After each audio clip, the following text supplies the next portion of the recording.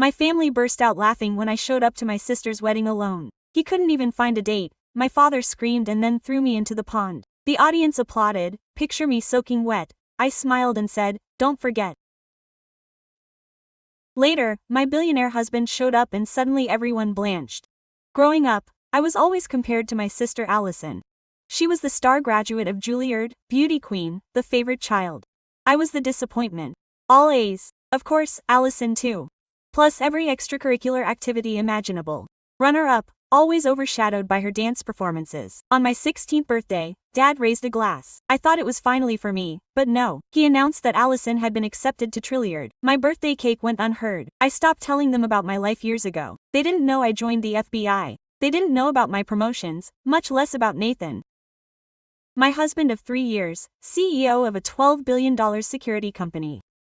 At Allison's wedding, I was seated at table 19, not the family one, but the filler one with distant relatives who didn't even remember my name. My cousin asked me if I was one of the Wellington girls. My great-aunt didn't even identify me. During his speech, Dad said, "Allison has never let us down." The message was obvious. I ran out onto the terrace to get some air. There he cornered me in front of everyone, running away. Meredith, typical. His voice boomed through the microphone. He couldn't even get a date. 32. And with no other option in sight, the room erupted in laughter. He leaned in closer. "You're jealous. You always were. Always the disappointment. Always the failure." And he shoved me hard. I stumbled backward and fell into the pond. Water covered me. My dress clung to my skin. My mascara ran. The audience reacted. Screams, laughter, applause. Someone even whistled. I stood up slowly, water dripping, brushed my hair out of my face, looked him straight in the eyes and said, "Remember this moment. Remember exactly how you treated me. Remember the choices you made."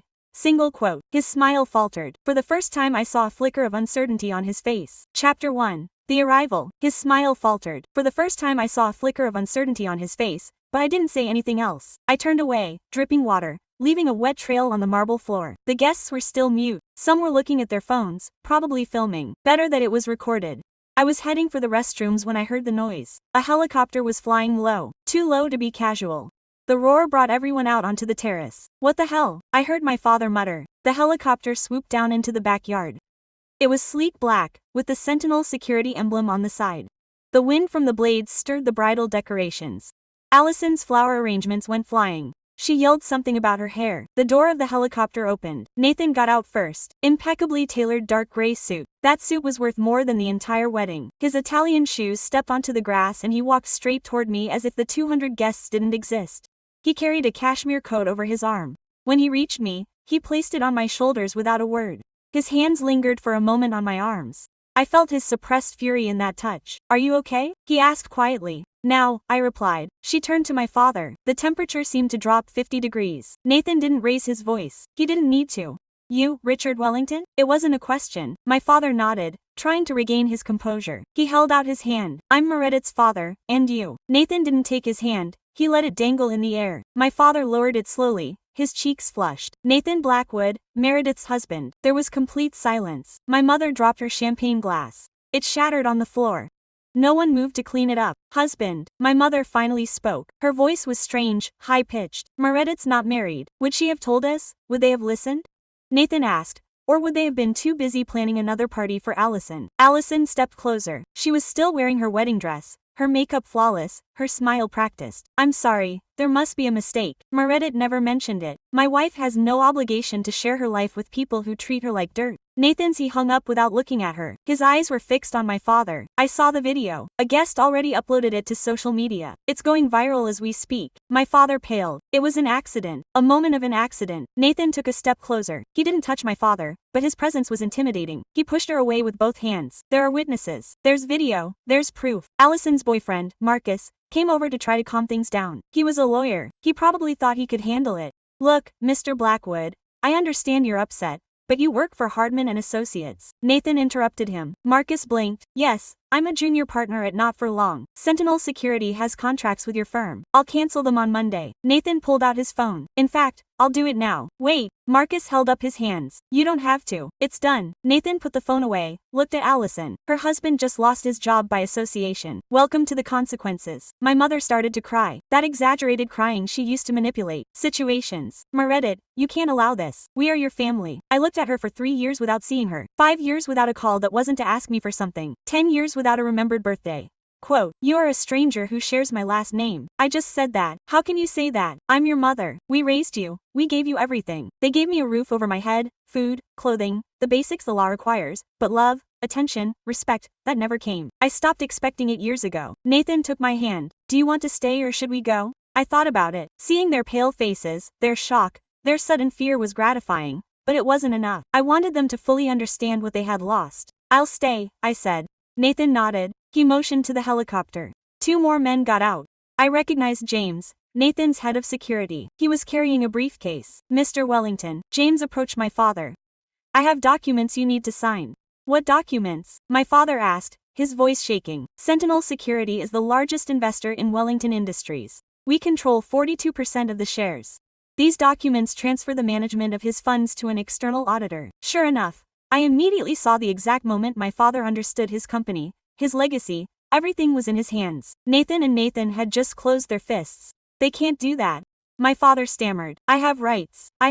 You have exactly what the contract says you have, and that contract has a morals clause. The video of you physically assaulting a family member violates that clause. James opened his briefcase. Can you sign voluntarily or can I proceed with legal action? Your choice. My mother clung to my father's arm. Richard, do something. You can't do anything, I said calmly. This is what happens when you underestimate people. They thought I was the loser, invisible, worthless daughter. They never asked about my life because they assumed I wasn't worth knowing. You work for the FBI? My father said suddenly. That doesn't mean you have money or connections. Or not. Nyan spoke up, but being married to me did. And it turns out I take it very seriously when someone hurts my wife. Several guests began to file out in silence. The celebration was ruined.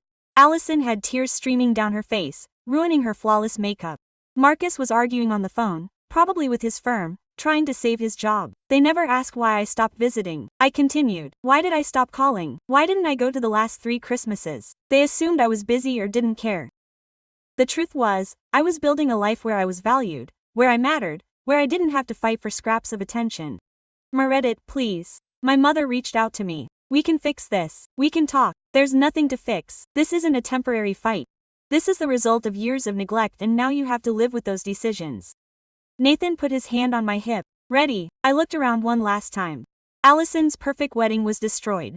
The guests murmured, looking at their phones, sharing the video. My father had documents in his hands that he didn't want to sign, but that he had to. My mother cried, with no one to console her. Ready, I replied. We walked to the helicopter together. Nathan helped me up first. Before the door closed, I heard my father yell. This is revenge. You're just as petty as ever. Nathan stopped. He turned slowly. This isn't revenge, Mr. Wellington. This is justice. There's a difference, one that you'll learn in the months to come. The door closed. The helicopter ascended. Through the window I watched my childhood home shrink, the garden where I used to play alone, since Allison was always absorbed in her commitments. The fountain where I was thrown just an hour ago.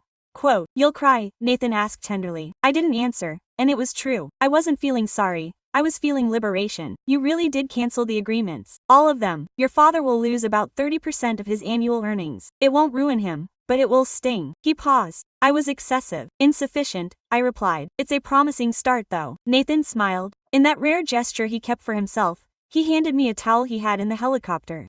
Your clothes are at the hotel. I booked the presidential suite. I thought you'd need some space to process this.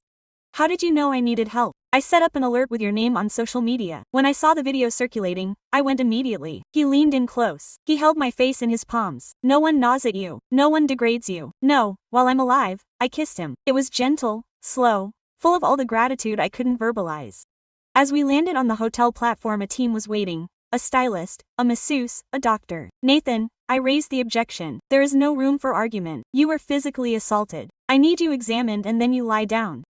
Tomorrow we will plan the next move. Tonight you rest. I did not object. I was exhausted. The adrenaline of the confrontation wore off, leaving me hollow. In the suite I shed my soaked clothes. The stylist offered me a fluffy bathrobe. The doctor inspected my arms where my father had pushed me. There were bruises. I will record this, the doctor said. Just in case. Just in case. What? I inquired. In case he decides to take legal action. It is important to have medical evidence. I had not considered it. Suing my own father. The notion was both ridiculous and sublime. After everyone else had left, Nathan and I settled on the balcony.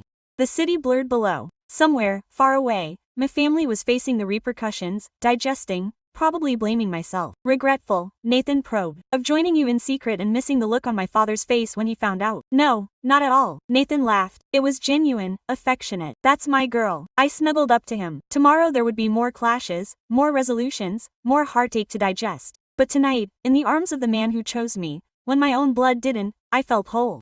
My phone buzzed. Messages. Lots of them. My mother, Allison, aunts, cousins who didn't see years, all with the same motive. How could I have inflicted this on them? I blocked every contact. Nathan watched me with appreciation. Well done, he said. It's just starting, I replied. They'll contact my job tomorrow. They'll try to use my FBI connections. They'll explore ways to shut this down. Well, tomorrow we'll slow them down again and the next if necessary until they're captive. I had reason. This wouldn't be fast, but for the first time in my life I wasn't fighting alone. I had someone on my side, someone who saw me, who appreciated who I truly was, not who they wished me to be. I love you, I said. It was the first time I had said it audibly since the union. I know, Nathan replied, and they never guessed it. That's their biggest shame, missing out on seeing the extraordinary woman you became without their intervention. Chapter 2. The Origin. I woke to sunlight filtering through the curtains. Nathan was already on the phone with someone. The conversation was whispered, but I caught snippets, numbers, deals, legal proceedings. When he hung up, he looked at me. Good morning. I ordered breakfast. How much damage did you cause last night? Quite a bit. Your father misplaced 3 key investors. Marcus was suspended from his company. Not fired yet, but they're looking into it. Your mother called my assistant 12 times. I blocked the number. I sat up in bed. The bruises on my arms look worse today. Deep purple, with yellowish edges. You should get dressed. Nathan indicated the ready-made clothing on the couch. We have an appointment in 2 hours. What appointment? I'll give you details on the way. An hour later we were in the vehicle. Nathan was driving something unusual because he usually hired a driver. He wanted privacy for this conversation. Do you remember our meeting? He asked. Sure. The Volkov case, 4 years ago. Nathan nodded. Tell me your story. It was curious to return to that moment. I leaned back in my seat and let the memory flow. 4 years earlier, I was a newly promoted operative. My first major assignment, guarding a senior executive who had received death threats from the Volkov cartel. I had no idea that the senior executive was Nathan Blackwood until the initial session. I entered his office expecting an older, dull, perhaps fearful gentleman. In his place was Nedden, 32 years old, tall, serious, with a subtle mark on his left eyebrow that I would later learn came from a fight in his youth. Agent Wellington greeted me without standing. Take a seat. He wasn't rude, he was practical. He captivated me instantly. The threats are real, I informed him, reviewing the dossier. The Volkov cartel doesn't issue empty warnings. They've eliminated 3 managers in the past year. I know, that's why the FBI is stepping in. I need you to completely modify your schedule. No predictable routines, no unguarded public places, and I'll be with you 24 hours a day. Nathan raised an eyebrow. 24 hours is the standard. If you want to survive, abide by my terms or I'll find another protectee. Something changed in his gaze. Admiration, perhaps. Agreed. When do we start? Now. The first few days were tense. Nathan didn't tolerate orders. I wasn't used to guarding someone so stubborn. We debated endlessly. You can't attend that meeting without prior, I warned him when he tried to leave. He's my company. I go where I want. He's his life, and I'll protect it if I have to strap him into a seat. Nathan stared at me. He would, without hesitation. He smiled. It was the first time I'd ever seen him smile. It pleases me, Agent Wellington. I'm not here to please you. I know. That's why it pleases me. The first concrete threat came in the second week. A package in his office. My training kicked in instinctively. I shoved Nathan against the wall, covering his torso with mine as I called the bomb squad. Hold still, I ordered. My gun was ready, pointed at the doorway. Always this theatrical? Nathan asked. His tone was calm, but I could feel his pulse racing against my back. When it came to keeping him alive, yes, the package was fake. A test run by the cartel to gauge how tight their surveillance was. After that, Nathan stopped resisting and began to answer. We spent entire days together. I spent the night in the room next to his. We shared meals, I inspected every message, every call, every individual who approached, and gradually, between security checks and procedures, we began to have genuine conversations. Why the FBI? He asked me one night over dinner at his residence. I longed to do something meaningful, something where my achievement depended on me, not on lineage or influence. Bad relationship with your family, no relationship with my family. Nathan didn't insist, just stated as if he understood perfectly. And you? I asked. Why corporate protection? My father was murdered when I was 18. A botched robbery. The guard who was supposed to be watching him was asleep at his post. I swore I would never again let anyone trust poor security. He was honest, direct, no fuss. I liked that. The case went on for 3 months. On day 72, we caught the hitman Volkov had sent. We caught him before he could get close to Nathan. The cartel quickly disintegrated when the FBI destroyed his network. It's over. I briefed him on the last day. You can go back to your normal routine. Nathan looked at me from his desk. What if I don't want to go back to business as usual? What does that mean? It means that in 3 months you become the most fascinating thing about my day and now you're just leaving. I'm a federal agent. I can't. After this, I'm no longer your protege. There's no conflict of interest anymore. He stood up, walked toward me. Have dinner with me once. If there's no connection, we'll part ways as professionals. But if there is, then we'll figure it out. I accepted. That dinner led to 10 more. 6 months later, he proposed to me at his place, without a ring. Luxurious, no grand statement, just him, me. And a simple question, marry me. Not for my fortune or my connections, marry me because in 3 years I have never found someone who challenges me like you. Someone who sees me as an individual, not as a manager or a bank balance. My family would not approve, I warned him. Do you mind? No. Then it's a yes. It's a yes. We were united at the registry office with no witnesses, no celebration. We signed documents and had dinner afterwards. It was ideal. Why did you never tell him? Nathan asked now, bringing me back to the present because he knew they would poison him. Would they try to exploit you for their own advantage? Or would they claim that it wasn't enough? Or would they transform something pure into something poisonous? I preferred to keep them out of sight altogether. Nathan stopped the vehicle in front of a building I didn't identify. We're here. Where are we? In my lawyer's office. We'll make sure your relatives can never reach you from any point of view.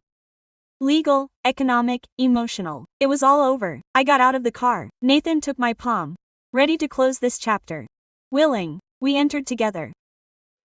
The next step in our silent battle against those who should have loved me more chose to ignore me, and this time I would not be defeated.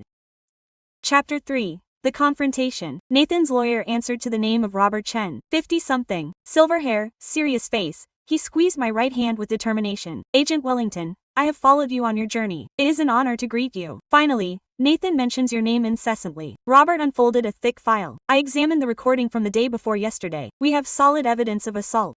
I can also draft a precautionary measure against your father, against all your relatives, if you prefer. After what I observed, I would advise you to do so. I took a seat. Nathan remained upright behind me, his right hand on my shoulder blade. How far could we advance? Inquiry. Robert smiled faintly. How far do you want to go? Before I could answer, my cell phone rang. Anonymous number. I ignored it. It rang again, and again. Answer it, Nathan said. Turn on the speakerphone. I accepted the call. My father's voice filled the room. Meredith, we need to talk right away. I'm busy. I don't care what you're involved in. You voided our agreements. You embarrass your sister. You ruined your wedding? This concludes today. Do you have a motive? It ended yesterday when he threw me in a pond in front of 200 people. It was a mishap. It wasn't my intention. He used both hands.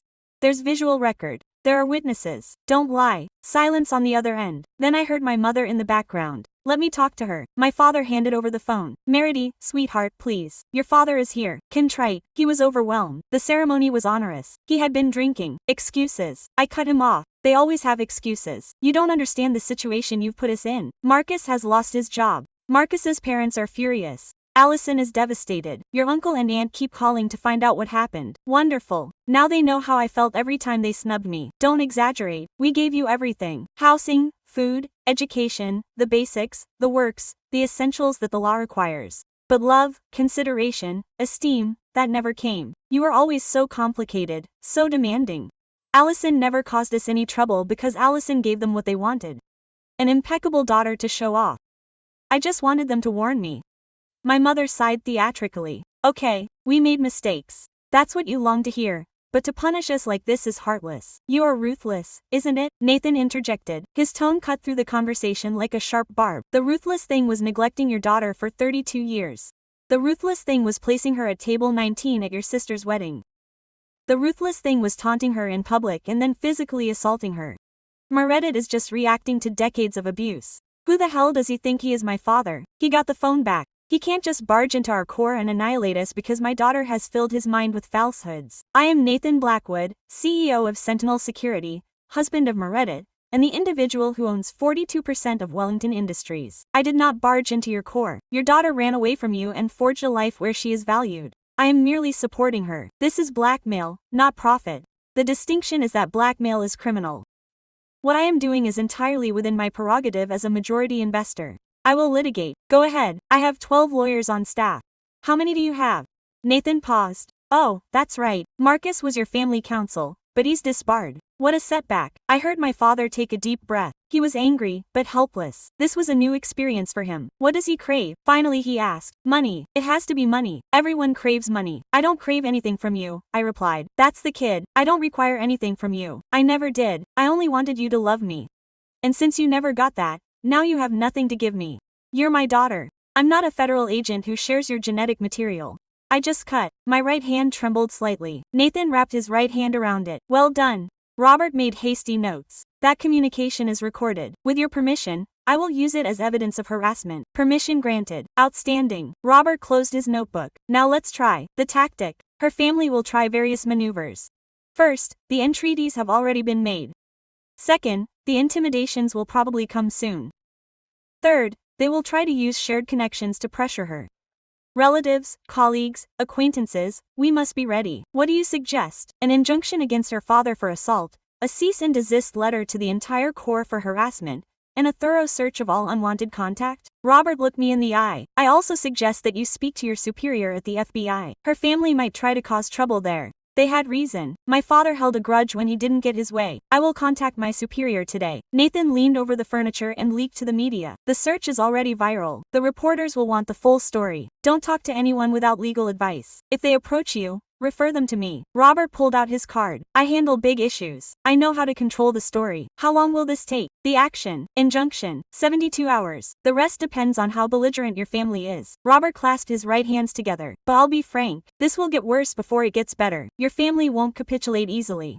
They'll lose more before they admit they lost. Fine, I said. Whether they lose everything is of no concern to me. Nathan squeezed my shoulder blade. He knew it did affect me, but not in the way that it should have. I felt no remorse, I felt calm. We left the office 2 hours later with a plan in place. Injunction pending, legal missive at the ready. Media tactic prepared in the vehicle. Nathan drove silently. He finally spoke. How do you feel? Invincible. For the first time in my life I'm in control. Absolutely remorseful. My phone vibrated. Message written. Allison, I trust you're satisfied. You ruined my bond. You ruined my union. You ruined to lose my existence. All because you could never assume that I was superior to you. I showed Nathan the text. He read it and snorted. Superior. She achieved nothing without your parents' funding. You built a career from scratch in one of the most demanding institutions in the country. There is no comparison. I will reply. I indicated. I typed slowly, selecting each word carefully. I did not mess anything up. Your union with an opportunist was a farce from the beginning. Your union was the ideal framework to reveal 32 years of bejamin. And your existence is destroyed because it was built on facades, not essence. I did not cause this. You caused it. I only turned on the lights so that everyone would see the reality. I forwarded the text, blocked it immediately afterwards. Now it is finished, I said. Nathan smiled. It is just beginning, but I like watching you fight. We arrived at the lodging, went up to the suite, and for the first time in days I slept soundly, without remorse, no uncertainties, just serenity. Chapter 4. The Collapse. 3 days later, the injunction was upheld. My father was not allowed to come within 100 meters of me. Violating it would mean immediate arrest. Nathan and I resolved to return to our residence on the other side of the country. It was time to leave this city for good. Certainty. Nathan asked as we settled in. Once we leave, it will be harder for them to contact you. That is precisely the goal. The day we were to leave, my mother emerged at the lodging. She evaded surveillance, claiming a family emergency. The team allowed her to come up, knocked on the door. Nathan looked through the peephole and shook his head. Don't open the door. I'm calling for surveillance. Wait. Something in me needed to face this head on. Let me talk to her one last time. Nathan felt it, but he stepped back. I opened the door. My mother looked hideous, without makeup, wrinkled clothes, eyes inflamed from so much sweating. Meredith, thank goodness, tried to hug me, but I backed away. You have 5 minutes. Speak up. Your father is wiped out. He lost important deals. The associates are pressuring him to resign. Marcus abandoned Allison, left without explanation, just packed up and evaporated. She's at my place all day and that's my problem. Why? Because we're related. Related families hold together in difficult times. Related families always hold together, not just when it's convenient. I crossed my arms. Where were they when I graduated from the FBI with distinction? When I got my first medal? When I got married? We didn't know because they never investigated. 32 years, Mom. 32 years of being unnoticeable, of being the secondary resource, of being the frustration. Do you really think an excuse erases all that? My mother pulled an envelope from her purse. I brought something. Old pictures of you when you were little. I want you to see that you do. Appreciated. I opened the envelope. There were 10 images. In 9 of them, Allison was the center. I appeared in the background, blurred, half truncated or turned to the other side, in the only one where I was the axis. I was 5 years old and I was grooving. This proves that they appreciated me. I inquired calmly. 10 images in 32 years and in all of them I am imperceptible or unhappy. We were a young family.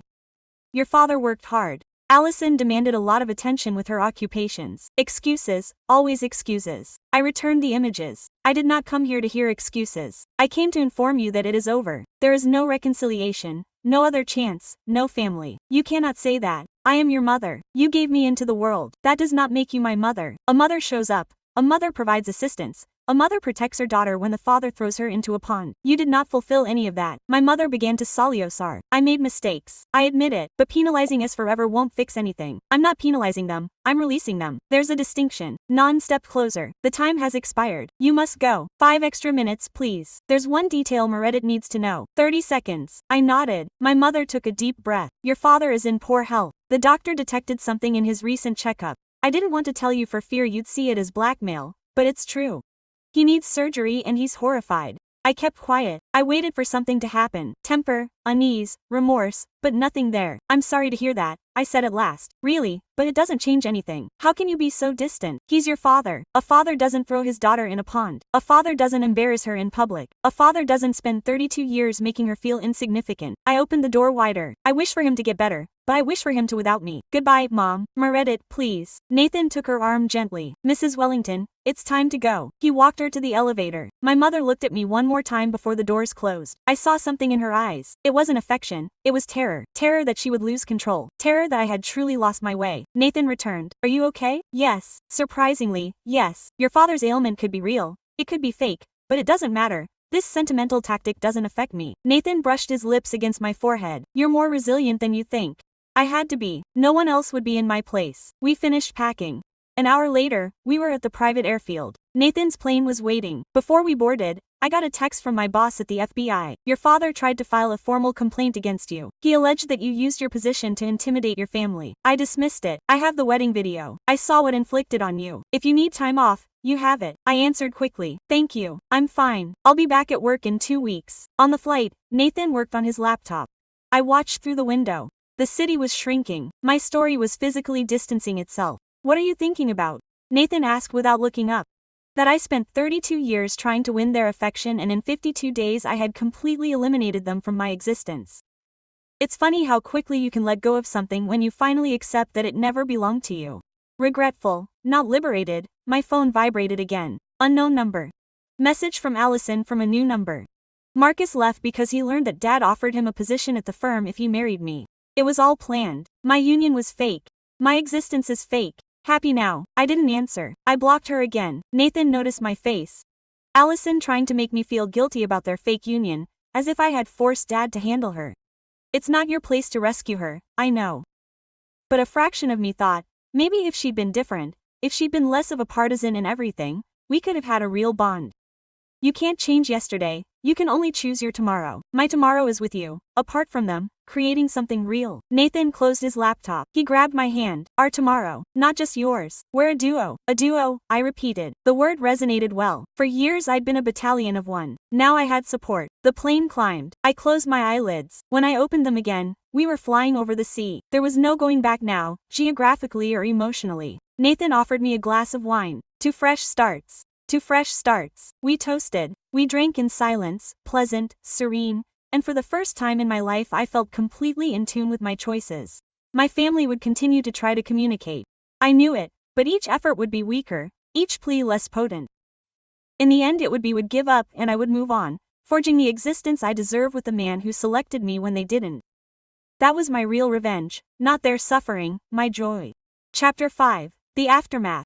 6 months later, my routine had taken on a new flow. Nathan and I were living in Seattle. I was back at work. My team was completely oblivious to the family conflict. I preferred to keep it that way. One afternoon, my boss called me into his office. "Wellington, have a seat." Director Morrison closed the door. "I got a curious call this morning." "From who?" "Your sister. Allison Wellington claims she needs FBI support." "Men's. What kind of support?" "Her ex-husband, Marcus, apparently has ties to a money laundering scheme. She says she has leads, but she'll only talk to you." "No." Morrison raised an eyebrow. "No, I'm not getting involved in Allison's mess. If she has valid leads, she can talk to any other agent. She's tried that already. She says she doesn't trust no one else. You're the only family she has left. I stopped being her family 6 months ago. I joined, with her permission. I'd rather not take on this case." "Have a seat, Wellington." Morrison stared at me. "I'm not asking you to be her sister. I'm asking you to be an agent. If there's real evidence of money laundering, we need to investigate. Separate the personal from the professional." "She had motive." "I hated that she had motive." "Okay, I'll question her, but only as an agent, not as a sister. That's all I'm asking." Allison arrived at the FBI office 2 days later. She looked different,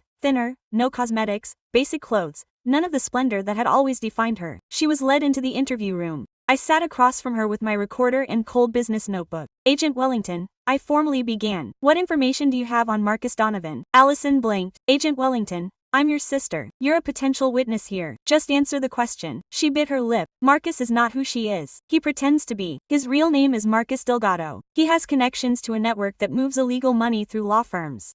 "How do you know?" "I found paperwork in his office before he left. Accounts in tax shelters, encrypted transactions. It's all on this USB drive." He put it on the table. "I haven't touched it yet." "Why didn't you take this straight to the police?" "Because I'm afraid. Marcus has risky connections. If he finds out I talked, he could hurt me." His eyes watered. "Please, Meredith. I know we hurt you. I know I don't deserve your support, but I'm afraid." "Where is Marcus now?" "I don't know. He disappeared 4 months ago, but his allies are still operating. I've noticed vehicles, Mom. I think I'm being watched." I took the USB drive with gloves. "We'll examine this. If the data is valid, we'll open an investigation. You'll be in witness custody until it's concluded. I'll stay with you. You won't be assigned to another agent. I'm just running the investigation." "Meredith." "Agent Wellington." I corrected her firmly. "If you have no further relevant information, this interview is over." Allison stood up slowly. "You really do hate me that much." "I don't hate you. I don't feel anything for you, and that's the difference." She left with tears in her eyes.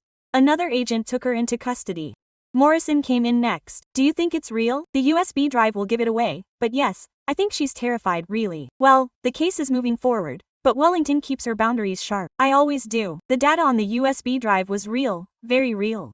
Marcus wasn't just a crooked lawyer, he was central to a money laundering scheme that moved millions a month. I spent the next few weeks putting the file together. Allison gave accurate statements. She was an effective witness, organized, with precise memories, probably because she'd lived with Marcus without suspicion for months. One night, Nathan found me working late at home. "You should rest. I'm almost done. We have enough for multiple arrests, including Marcus, especially Marcus." I closed my laptop. "We located him in Panama. Local authorities will cooperate with extradition." Nathan sat down next to me. "How do you feel about all this? About the file or about Allison?" "Both. The file is pure, unwavering. I enjoyed it." I paused. "Allison is complex. Watching her, fragile, afraid, dependent on the FBI. A tiny part of me feels pleasure. It's horrible to admit, but it's true. It's not horrible, it's human. She helped you endure years of torment. Seeing natural outcomes doesn't make you a bad person, and it does transform me into someone like my father, someone who enjoys the suffering of others. Your father enjoyed inflicting pain. You only experience the aftermath of other people's choices. There's a distinction." Nathan brushed his lips across my forehead. "Besides, you're protecting her. You granted her witness custody. You didn't have to. It's my job. I would do it for any witness." "Exactly. You treat her with professionalism, not malice. That makes you superior to him." 2 weeks later, we captured Marcus and 5 more accomplices. The action was flawless.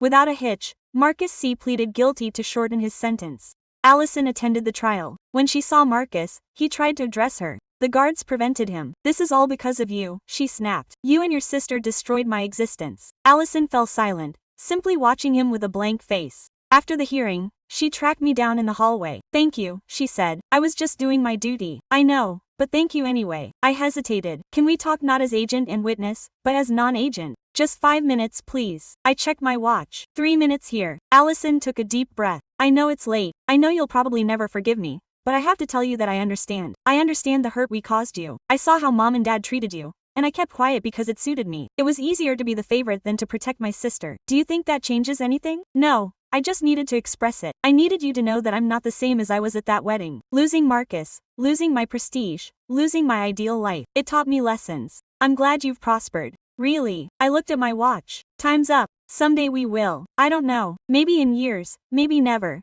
But right now I need you to respect my distance. You rebuilt your life. I rebuilt mine. They mustn't cross paths. I understand. Allison wiped her eyes. Take care, Meredith, you too. I watched her leave. I didn't feel sorrow. I didn't feel joy. I just felt closure. Nathan was waiting for me outside. Ready to go home. Ready. In the vehicle. Nathan asked, do you think they'll ever reconnect? Maybe on very limited terms, but we'll never be sisters. That bond was lost long ago. And does that bother you? No. Some relationships aren't worth saving and it's okay to let go. Nathan nodded. He didn't press further. That was one of the reasons I loved him. He knew when to talk and when to just be there. That night I slept peacefully, the case solved. Allison out of my life again and I finally in tune with all my choices.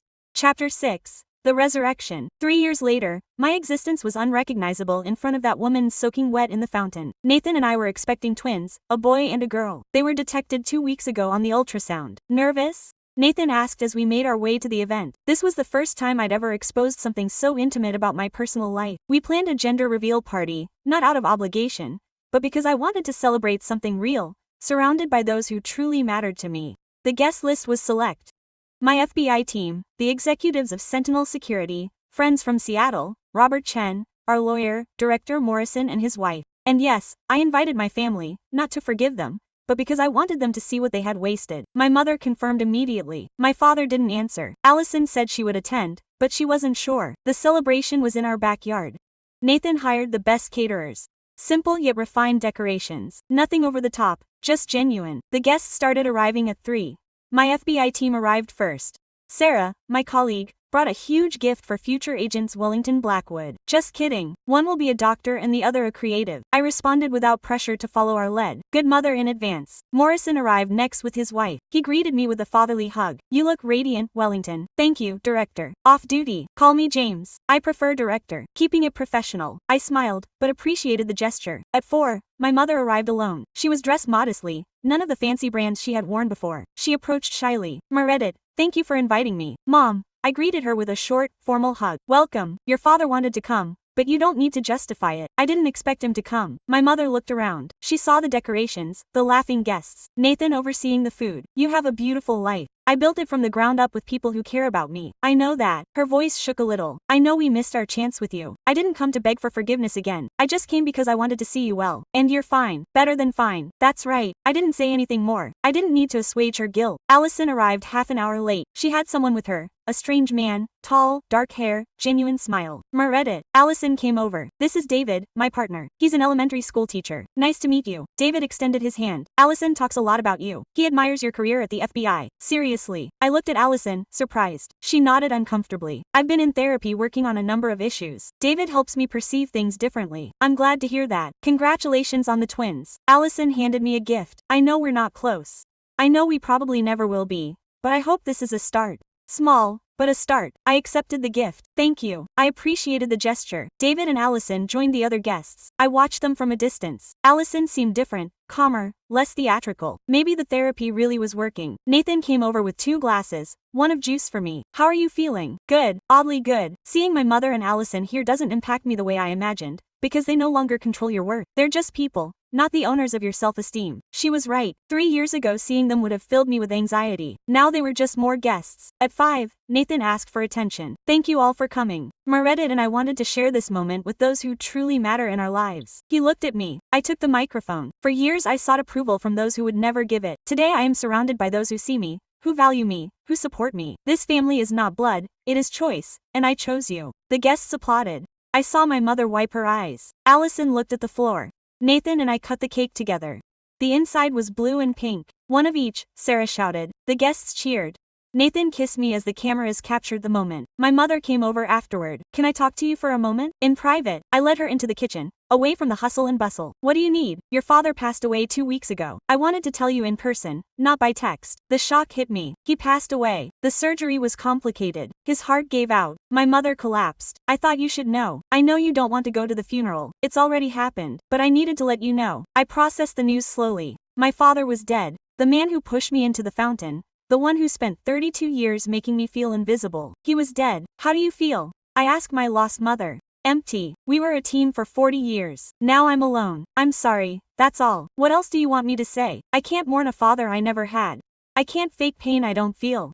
I'm sorry for you because you lost your husband, but I lost my father years ago. Today I'm just confirming that his body aligned with that. My mother nodded. I understand. I just wanted you to know and tell you that you're right. Above all, we were horrible parents to you and now it's too late to fix it. Yes, it's too late. I can meet my grandchildren when they're born. You can meet them on supervised visits on my terms. But you won't be the grandmother who takes care of them or who bonds closely. You'll be the lady who visits occasionally and I feel like you're hurting them like you hurt me. It ends. Do you understand? I understand. My mother wiped away her tears. This is more than I deserve. Yes, it is. We returned to the party. Nathan looked at me worriedly. I whispered to him what had happened. He just squeezed my hand. The celebration continued into the evening. The guests filed out slowly. Allison said goodbye with a short hug. My mother left without another word.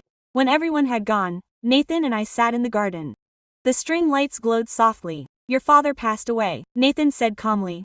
How do you truly feel relieved? It's horrible to say, but it's true. There's no chance for forced reconciliation now. No family pressure. It's completely over. It's not horrible. It's sincere. I'm bad for feeling relieved. You're someone who survived decades of emotional abuse. Relief is natural. Nathan placed his hand on my belly. These children will never know this suffering. They will grow up knowing that they are loved, seen, valued. You will break the cycle. I swear, they will never be invisible. I know it. That's why you'll be an amazing mother. 5 months later, Emma and Lucas were born. Nathan held them first, then passed them to me. I looked at their tiny, perfect faces. Hello, I whispered. I'm their mom, and I've loved them since before I even saw them. I will love you forever. I will see you always. You always matter. Nathan came closer. He took a picture of the three of us. Our family, he said. I repeated, our family. My mother came to visit once. She was polite, brief, brought appropriate gifts. She left after an hour without incident. Allison sent a card. She didn't come in person. She respected my boundaries, and I built the life I always wanted with the man who chose me, with the children I loved unconditionally, with the family I selected, not the one imposed on me. The woman who was thrown into that fountain perished that day. The one who emerged from the water was stronger, wiser, freer, and that was my real victory. Yes,